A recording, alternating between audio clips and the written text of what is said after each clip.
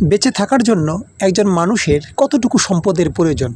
আজকে এই প্রশ্নটা আমি মানুষের কাছে রেখে ভিডিওটা শুরু করব। বেনজির আহমেদ বাংলাদেশের বড় বড় পদে ছিলেন, পুলিশের সাবেক আইজিপি, শত কোটি টাকার মালিক। শত কোটি টাকা বললে ভুল হবে, হাজার কোটি টাকার মালিক। তার প্রায় 611 একর জমির মালিক উনি। এই বেনজির আহমেদ সরকারের উচ্চ পর্যায়ে থেকে করেছেন দুর্নীতি। কীভাবে করলেন এত বড় বড় দুর্নীতি?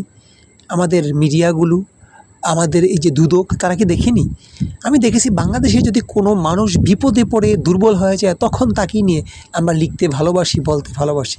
কিন্তু এই যে বেনজির আহমেদ বড় বড় দুর্নীতি করলেন, হাজার হাজার কোটি টাকার মালিক হলেন, ফ্ল্যাট কিনলেন, গাড়ি কিনলেন, বাড়ি কিনলেন, জমি কিনলেন, তার খবর কি আমাদের মিডিয়াগুলো দেখেনি?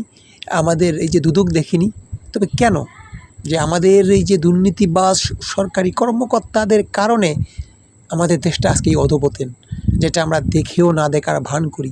আর কত বেনজির সৃষ্টি হবে আমাদের এই বাংলাদেশে? আর কত টাকার পাহাড় তৈরি হবে আমাদের এই বাংলাদেশে? অবৈধ টাকার পাহাড়, অবৈধ টাকার মালিক, এগুলো কি আমাদের দেখার কেউই নেই? আমরা কোন এমন রাষ্ট্রে বসবাস করছি? হাজার হাজার কোটি টাকা মানুষ কামাচ্ছে আর কিছু মানুষ না খেয়ে রাস্তার পাশে ঘুমাচ্ছে। এ হলো আমাদের অবস্থা। এই বেনজির আহমেদের সুষ্ঠু তদন্ত করে একটা বিচারের আওতায় আনা উচিত, নাহলে এরকম বেনজির বাংলাদেশের মাটিতে আরোই তৈরি হবে, ঠিক না? তার প্রায় 12,000 কাঠার জমির মালিক উনি। আরও থাকতে পারে যেগুলো হয়তো তদন্ত বেরিয়ে আসবে, জানি না। আজকের ভিডিওটা আপনাদের কেমন লেগেছে? আমি প্রথমেই বলেছিলাম যে একজন মানুষের বাঁচার জন্য কতটুকু জমির প্রয়োজন। আমি তো মনে করি 3.5 হাত মাটি হলেই যথেষ্ট।